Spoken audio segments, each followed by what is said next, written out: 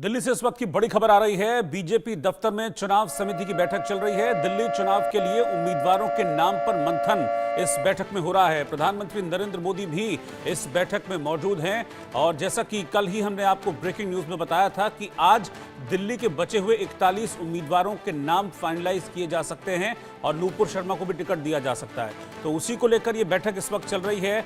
ये दिल्ली में बैठक हो रही है जिसमें प्रधानमंत्री नरेंद्र मोदी भी मौजूद हैं। इस वक्त की ब्रेकिंग न्यूज में आपको बता रहा हूं। अभी तक दिल्ली में बीजेपी 70 विधानसभा सीटों में से 29 सीटों पर अपने कैंडिडेट्स उतार चुकी है। बची हुई 41 सीटों के लिए किस सीट पर किस मुफीद उम्मीदवार को उतारा जाए, इसका फैसला इस मीटिंग में हो सकता है और बेहद संभव है कि जब ये मीटिंग खत्म हो तो बीजेपी की बचे हुए 41 उम्मीदवारों के नामों की लिस्ट तैयार हो। प्रधानमंत्री नरेंद्र मोदी भी इस बैठक में मौजूद हैं और अंदर मंथन चल रहा है इस बात को लेकर कि किस सीट से किस उम्मीदवार को चुनाव मैदान में उतारा जाए। और सवाल यह भी है कि क्या नूपुर शर्मा को बीजेपी टिकट देगी इस विधानसभा चुनाव में। आम आदमी पार्टी सभी 70 सीटों पर उम्मीदवारों का ऐलान कर चुकी है। बीजेपी ने 29 कैंडिडेट्स का नाम अब तक घोषित किया है। महिमा कटारिया इस वक्त मेरे साथ जुड़ रही हैं। महिमा, अभी कुछ आउटकम है मीटिंग से? 41 उम्मीदवार बचे हैं, आज फाइनलाइज हो जाएंगे नाम उनके? रोहित, बिल्कुल देखिए, जिस तरीके से आपने बताया, आज भारतीय जनता पार्टी के कार्यालय में सीईसी की बैठक हो रही है, यानी केंद्रीय चुनाव समिति की बैठक हो रही है। दिल्ली विधानसभा चुनाव की तारीखों का ऐलान होते ही सभी राजनीतिक दलों ने पूरी ताकत झोंक दी है और आज खुद भारतीय जनता पार्टी में प्रधानमंत्री नरेंद्र मोदी मौजूद है, जहां पर केंद्रीय चुनाव समिति की बैठक हो रही है और इसमें तमाम नाम, क्योंकि 41 नाम ऐसे हैं जिन पर अभी भी चर्चा होनी बाकी है। आपको याद होगा कि कल और आज सुबह 2 राउंड ऑफ मीटिंग जो है जेपी नड्डा ने ली थी। जेपी नड्डा के आवास पर खुद गृह मंत्री अमित शाह भी मौजूद थे। हालांकि गृह मंत्री अमित शाह, राजनाथ सिंह, प्रधानमंत्री नरेंद्र मोदी यहां पर मौजूद हैं और आज केंद्रीय चुनाव समिति की बैठक हो रही है। अब देखना ये होगा, क्योंकि 41 नामों की जब आप बात करते हैं, 70 नामों में से 29 नाम तो ऑलरेडी भारतीय जनता पार्टी दे चुकी है, जिसमें से परवेश वर्मा का नाम निकल के सामने आया था, जो कि अच्छी का टक्कर जो है अरविंद केजरीवाल को देते नजर आएंगे। और वहीं अगर हम बात करते हैं रमेश बिधूड़ी की, तो रमेश बिधूड़ी सीधी तरीके से जो टक्कर है वो अतिशी को देते आएंगे। अब क्योंकि आपने नूपुर की बात की कि क्या इस समय नूपुर को टिकट मिलेगा या नहीं, अपने आप में एक बड़ा सवाल हो जाता है कि इतना बड़ा रिस्क भारतीय जनता पार्टी लेने को तैयार है या नहीं, किस तरीके से पूरा स्ट्रैटेजी जो है वो तैयार होगा। खुद प्रधानमंत्री नरेंद्र मोदी के सामने आज तमाम नाम जो है वो रखे जाएंगे और उसके बाद 41 नामों की जो लिस्ट है, जो सूची है, उसको या तो कल या आज केंद्रीय चुनाव समिति की बैठक के बाद रिलीज कर दिया जाएगा। तो अभी इंतजार सभी को ये है कि किन किन नामों पर अब और चर्चा हो सकती है, क्योंकि पहली सूची की अगर हम बात करते हैं तो आदर्श नगर सीट से राजकुमार भाटिया, रोहिणी से वीरेंद्र गुप्ता, करोलबाग की अगर हम बात करते हैं तो राष्ट्रीय महासचिव दुष्यंत कुमार गौतम को भी टिकट भारतीय जनता पार्टी ने दी है। तो अब इन 41 नामों में क्या कुछ होंगे, क्योंकि हमने देखा था जब दिल्ली की राजनीति की बात आती है तो आरोप प्रत्यारोप का जो दौर है वो चलता नजर आता है। दिखाई देता है कि किस तरीके से जब बात आए एक कॉम्यूटेशन बनता नजर आता है, जहां पर कांग्रेस पार्टी एक तरफ है तो वही भारतीय जनता पार्टी और आम आदमी पार्टी का वॉर ऑफ वर्ड्स जो है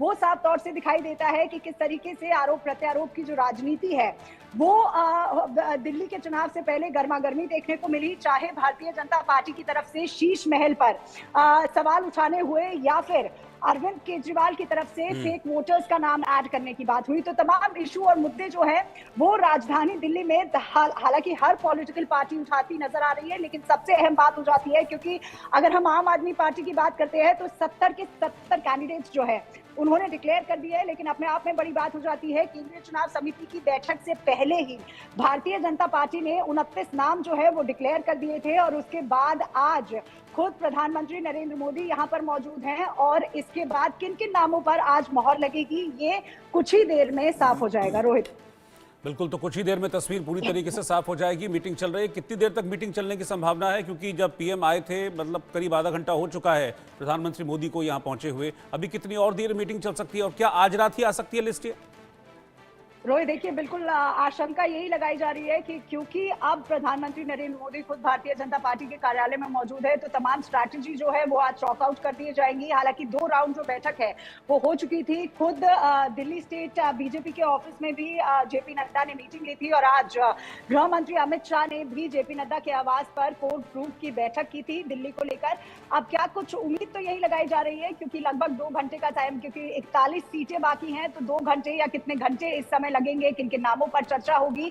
विस्तार से जो चर्चा है वो होनी बहुत आवश्यक हो जाती है, क्योंकि जब बात आती है दिल्ली की, तो इस बार हमने देखा कि किस तरीके से भारतीय जनता पार्टी भी 4 महीने से, अगर चाहे वो झुग्गी के लोगों को साधना हो, क्योंकि हम लगातार देखते आए हैं कि जब हम बात करते हैं स्लम्स एरिया की या झुग्गियों की, तो आम आदमी पार्टी का जो पलड़ा है वो स्लम्स एरिया की तरफ थोड़ा भारी नजर आता है। लेकिन भारतीय जनता पार्टी ने, हम ये कहना गलत नहीं होगा, विपक्ष में रहते हुए ग्राउंड पर काफी काम करती नजर आई है भारतीय जनता पार्टी। तो हर एंगल को किस तरीके से प्रधानमंत्री के सामने रखा जाएगा, किस तरीके से तमाम नामों पर डिस्कशन किया जाएगा, क्या कुछ ऐसे सरप्राइजिंग एलिमेंट्स भी इस समय देखने को मिलेंगे। क्योंकि पहली सूची को जब निकाला गया था भारतीय जनता पार्टी की तरफ से, तो उसमें 2 अहम नाम निकल के आए थे। हालांकि दुष्यंत गौतम का भी नाम उसमें मौजूद था, तमाम नाम उसमें मौजूद थी, लेकिन रमेश बिधूड़ी और परवेश वर्मा, ये ऐसे 2 नाम हो जाते हैं क्योंकि 2 दिग्गज नेता जो आम आदमी पार्टी के हैं, उनके खिलाफ इन 2 उम्मीदवारों को भारतीय जनता पार्टी उतारती नजर आएगी। तो अब दिलचस्प होगा देखना कि 41 नामों में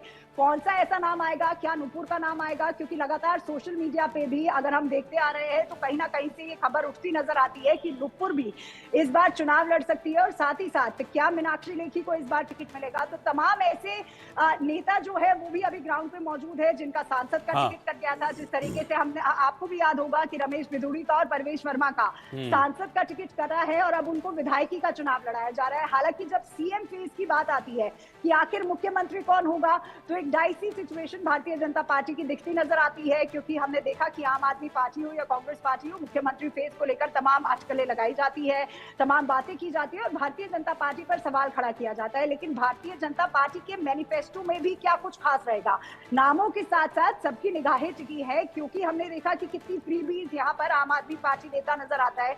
मैनिफेस्टो की अगर हम बात करते हैं तो सूत्रों की माने तो मैनिफेस्टो में इस बार 300 यूनिट फ्री करने की बात जो है वो भारतीय जनता पार्टी करती नजर आ सकती है। ठीक है, तो क्या कुछ लाभ महिलाओं को मिलेगा, रोहित, ये काफी सारी बातें जो है वो केंद्रीय चुनाव समिति की बैठक के बाद साफ होती नजर आएंगी। जी ठीक है, शुक्रिया महिमा इस जानकारी के लिए।